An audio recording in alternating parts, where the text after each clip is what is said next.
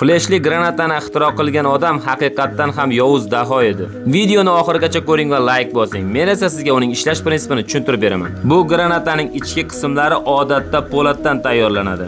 Undagi katta teshiklar esa chiqish effektini oshiradi. Granataning ichki qismida alyuminiy hamda magniy kukun va boshqa yorug'lik keltirib chiqaruvchi moddalar saqlanadi. Keling, granata faollashganda qanday jarayon sodir bo'lishini ko'rib chiqamiz. Avvalo siz granata pinini yuqoriga tortishingiz kerak bo'ladi. Ushbu bosqichda granata hali ishga tushmagan bo'ladi. Biroq agar siz granatani qo'yib yuborsangiz, xavfsizlik o'chiriladi va natijada kechikish moslamasi uchqun hosil qiladi va u 2 soniya davom etadi. Keyin sug'urta detonator yoqiladi. Bu esa korpus ichidagi moddalarning portlashiga olib keladi. Portlash paytida 7 million kendl yorug'lik chiqadi. Bunday yorug'lik har qanday mato hamda yumuq ko'zlardan ham o'tib ketadi va natijada vaqtinchalik ko'rlikni vujudga keltiradi. Bundan tashqari 170 dan 980 detsibellik tovush to'lqini sizning quloq pardangizni yirtib yuborishi mumkin.